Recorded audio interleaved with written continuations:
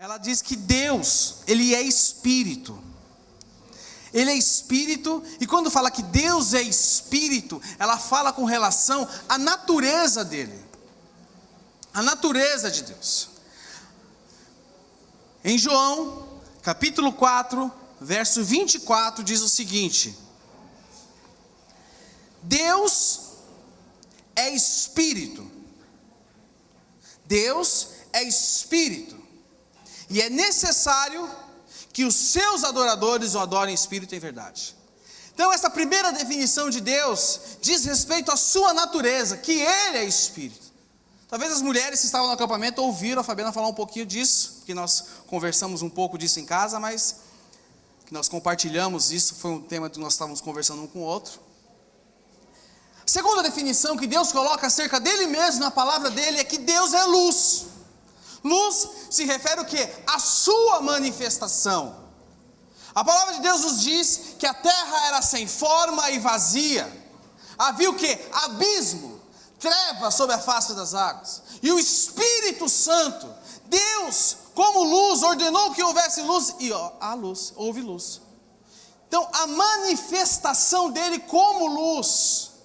Por isso, meu irmão, não existem trevas que permaneçam na escuridão, aonde o Senhor está próximo. Aonde o Senhor está próximo não existe trevas, porque Ele se manifesta como luz. Ele se manifesta como luz. Ele se manifesta como Espírito. E a terceira definição que a palavra coloca é que Deus é amor. E a palavra coloca que Ele é amor quanto à essência dEle. 1 João capítulo 7, 1 João capítulo 4, versos 7 e 8, diz o seguinte: Amados, amemo-nos uns aos outros, pois o amor procede de Deus. Aí continua falando: aquele que ama é nascido de Deus e conhece a Deus. Quem não ama, não conhece a Deus, porque Deus é amor. O que diferencia um perfume do outro? É a embalagem? A embalagem diferencia. Você que manja essas coisas, é a embalagem que diferencia? Porque a embalagem pode quebrar. O que torna um perfume raro, caro, melhor que o outro, é a essência dele. A essência de um perfume é que diferencia ele do outro. E a palavra fala que a essência de Deus é o amor. A essência dele é amar. E a partir disso eu quero começar a falar com vocês. 1 João, abra sua Bíblia comigo em 1 João, epístola do apóstolo João, 1 João capítulo 3, verso 14. 1 João capítulo 3, verso 14.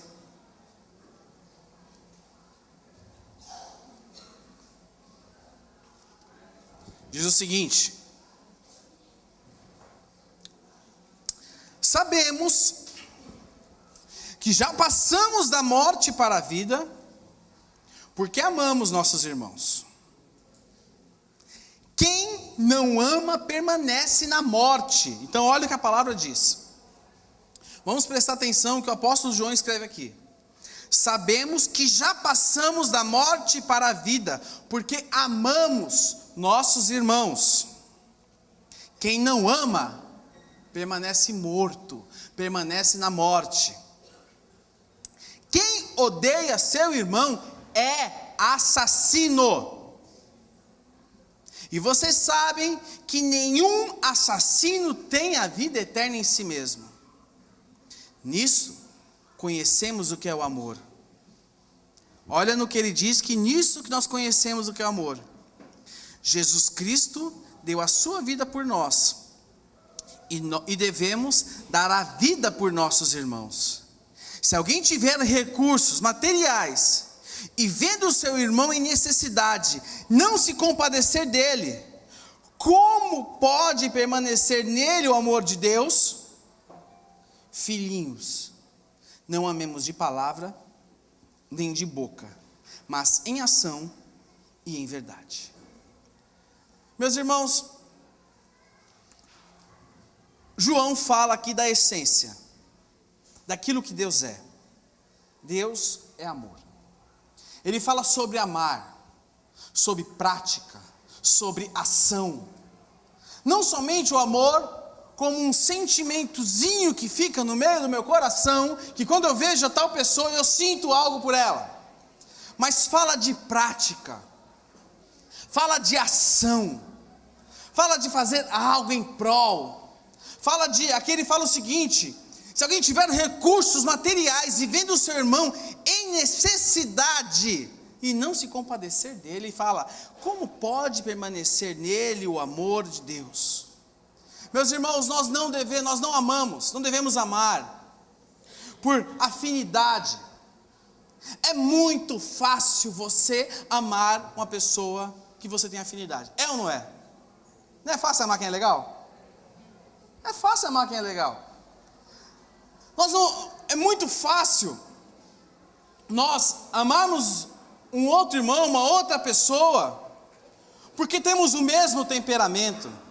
É muito fácil amar uma pessoa porque ela torce para o mesmo time que você. É muito fácil você amar uma pessoa porque pensa do mesmo jeito e da mesma maneira que você pensa. É muito fácil amar uma pessoa porque ela fala coisas boas, porque ela não é chata, porque ela não é ruim, vírgula, vírgula, vírgula, vírgula. Mas um grande exercício de prática de amor é você conviver com uma pessoa que pensa diferente de você.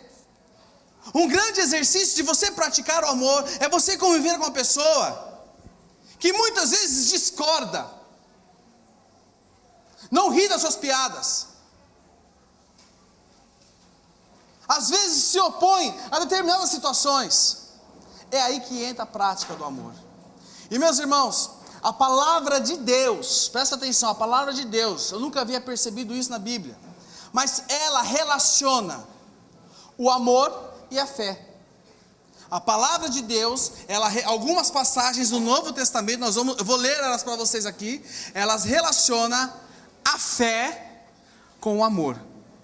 Eu vou ler para vocês 6 referências, vocês podem só marcar a referência, o PH vai colocar no telão, vocês não precisam abrir, eu vou ler para se tornar rápido.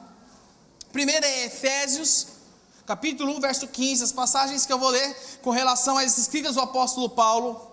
E a primeira de Efésios, capítulo 1, verso 15, diz o seguinte: por essa razão, desde que ouvi, agora olha só, falar da fé que vocês têm no Senhor e do amor que demonstram para com todos os santos. Então o apóstolo Paulo começou relacionando fé com amor. E ele continua, Efésios capítulo 3, verso 17, olha o que ele diz.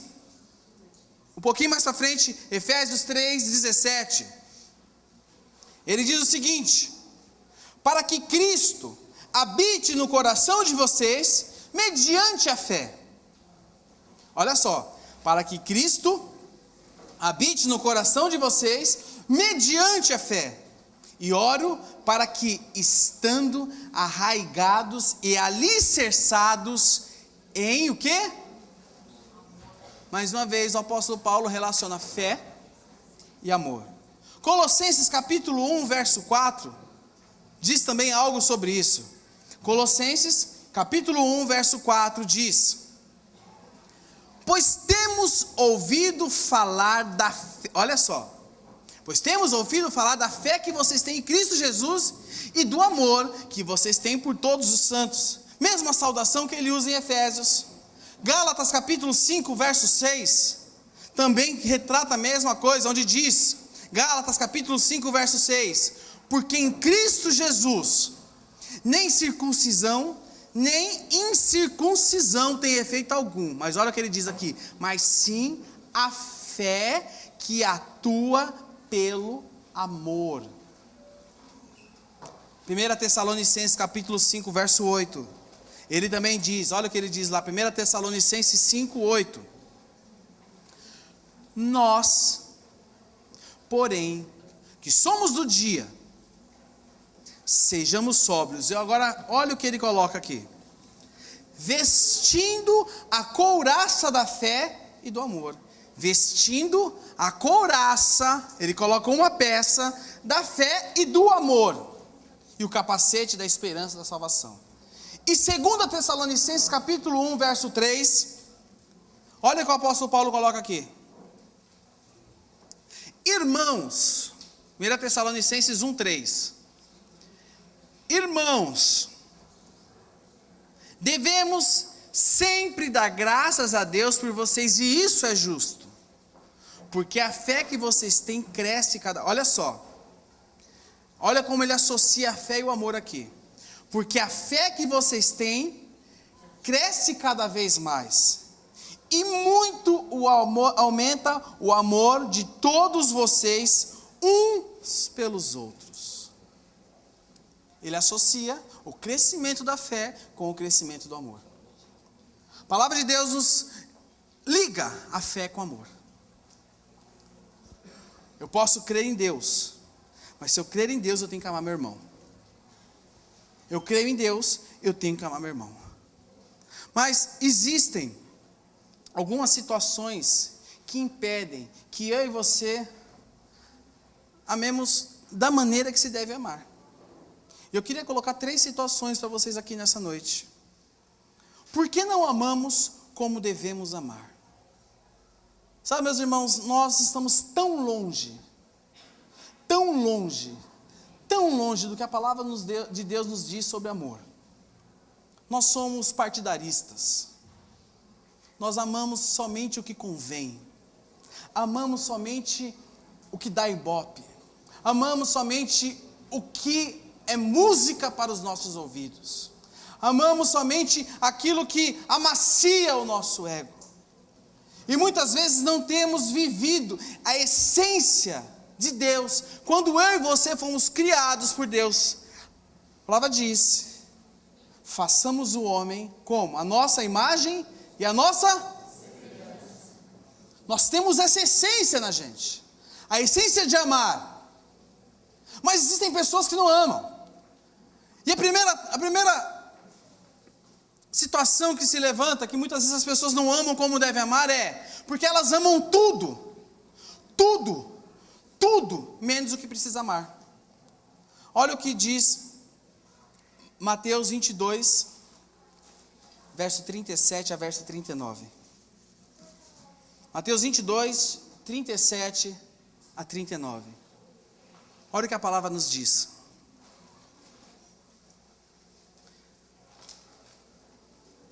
Evangelho de Mateus, capítulo 22, verso 37. Diz o seguinte: respondeu Jesus.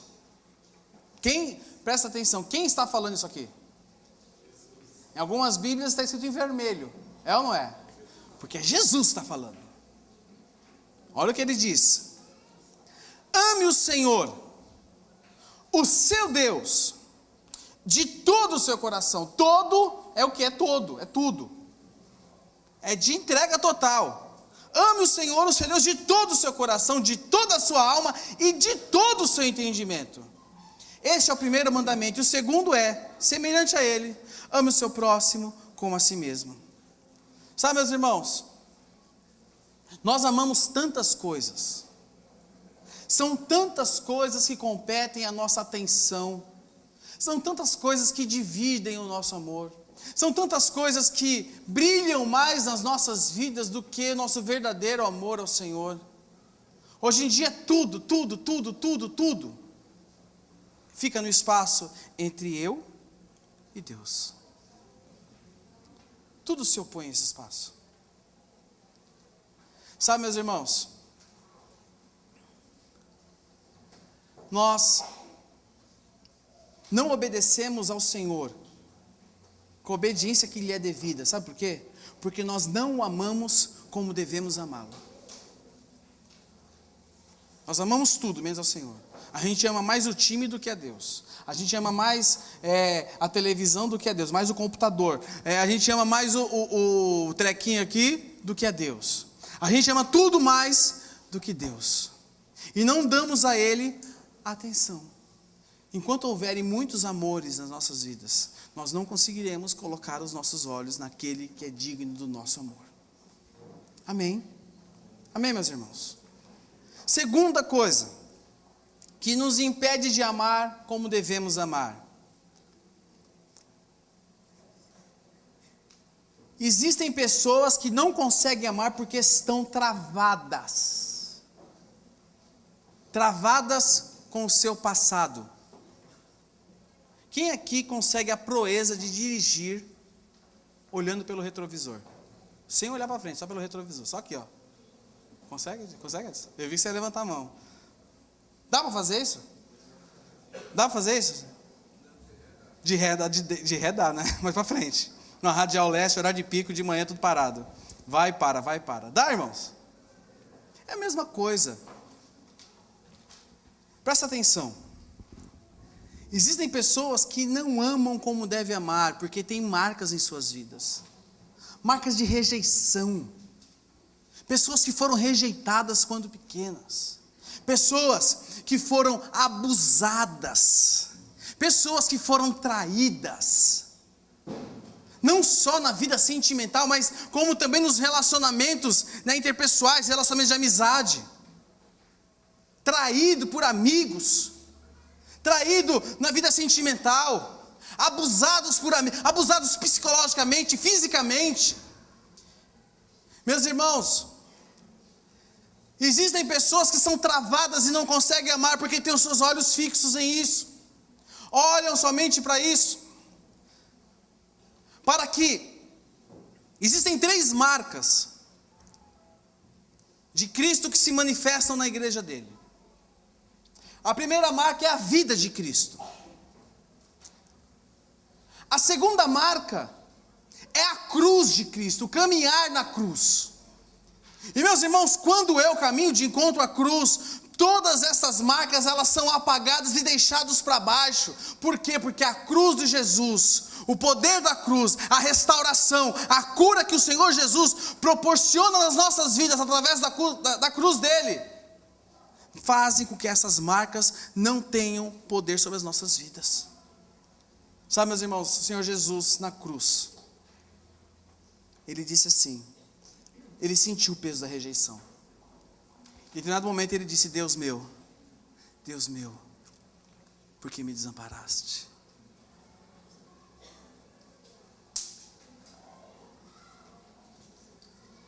Nós devemos deixar para trás essas coisas. E junto disso, a terceira situação que nos impede de amar como devemos amar, dando continuidade a esse segundo tema, é porque existem pessoas que não conseguem perdoar. Existem pessoas que não conseguem perdoar. Quem não perdoa, dirige olhando pelo retrovisor. Quem não perdoa, dirige olhando pelo... Repita para quem está do seu lado assim, ó, quem não perdoa, dirige olhando pelo retrovisor. Fala para ele.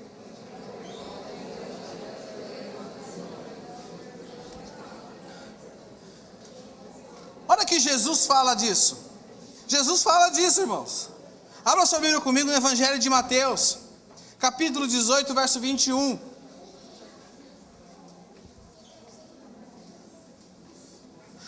Olha que Jesus fala disso. Mateus 18, verso 21.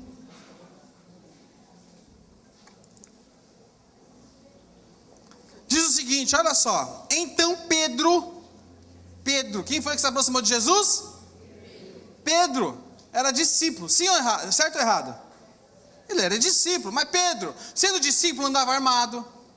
Ele andava armado. Pedro andava armado, andava com a faca, com a espada. Porque a palavra fala que quando os guardas foram pegar Jesus, o que ele fez? Ele andava armado. Era um cara totalmente reativo.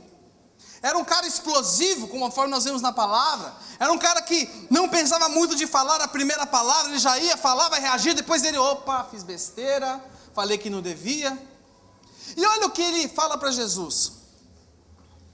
Senhor. Outra outra observação, vamos ler primeiro. Senhor, quantas vezes deverei perdoar a meu irmão? Presta atenção, ele não fala assim, Senhor, quantas vezes eu tenho que perdoar as pessoas? Senhor, quantas vezes eu tenho que perdoar os meus amigos discípulos que andam com você? Senhor, quantas vezes eu tenho que perdoar? Ele fala o seguinte, Senhor, quantas vezes deverei perdoar o meu irmão? Ele se refere a uma pessoa. Quem? Não sei. Pode ser o irmão dele de criação, pode ser uma... Mas ele fala, quantas vezes deverei perdoar meu irmão? Ainda ele fala assim, ele fala, eu vou até chutar alto para ver se Jesus cai na minha, né? Até 7 vezes? E aí, Jesus respondeu para ele, eu lhe digo, não até 7. Acho que ele falou, acho que 3, né? Ele falou, mas até 70 vezes 7. Quanto é 70 vezes 7? Quanto? 490. Quem é que consegue perdoar 100 vezes no dia? 100 vezes. Quem consegue? Vou levantar a mão, de boa. Quem consegue perdoar 50 vezes? Meu irmão, 50 é só 50 vezes, 2 dígitos, quem consegue? É 4 e olhe lá, ainda chutando alto, sendo muito crente ainda. Sendo muito evangélico, 4, 5. 5 já é dia de ceia. 6, não, o dia hoje é dia de ceia. 6 a gente encara. Jesus fala, você tem que perdoar 70 vezes 7. A palavra nos mostra sobre o perdão. Existem pessoas travadas que não conseguem amar porque não liberam perdão. Quem aqui já fez o Vida Vitoriosa, o antigo Bem-vindo à Família, sabe que a pessoa que não perdoa, ela fica com uma corrente na perna e a corrente na perna da outra pessoa. E enquanto não quebra essa corrente através do perdão, você sempre estará amarrado a outra pessoa. Sempre estará amarrado. Muitas pessoas, presta atenção, são doentes porque não conseguem perdoar. Existiu uma fase na minha vida pessoal, eu e minha esposa, em que a nossa vida ficou travada. Ela não ia para frente, não ia para trás, não ia para os dois lados. Isso em torno de uns 18 anos atrás. Enquanto nós não liberamos perdão para uma pessoa, nossa vida não começou a andar. Eu já acompanhei casos de pessoas doentes de cama, porque não liberava perdão. E tem muita história. O perdão tem o poder de curar. Presta atenção, o perdão tem o poder de curar. E quando eu amo, eu não importo se fui traído. Quem é que já foi traído por um amigo? Levanta a mão. Eu sou campeão nisso, hein? Ó, que eu ganho de vocês. Quem foi? Sou campeão, né, Shirley? Sou campeão. Ó, presta atenção. Vou fazer a competição aqui. A reação na hora, eu não vou falar mais.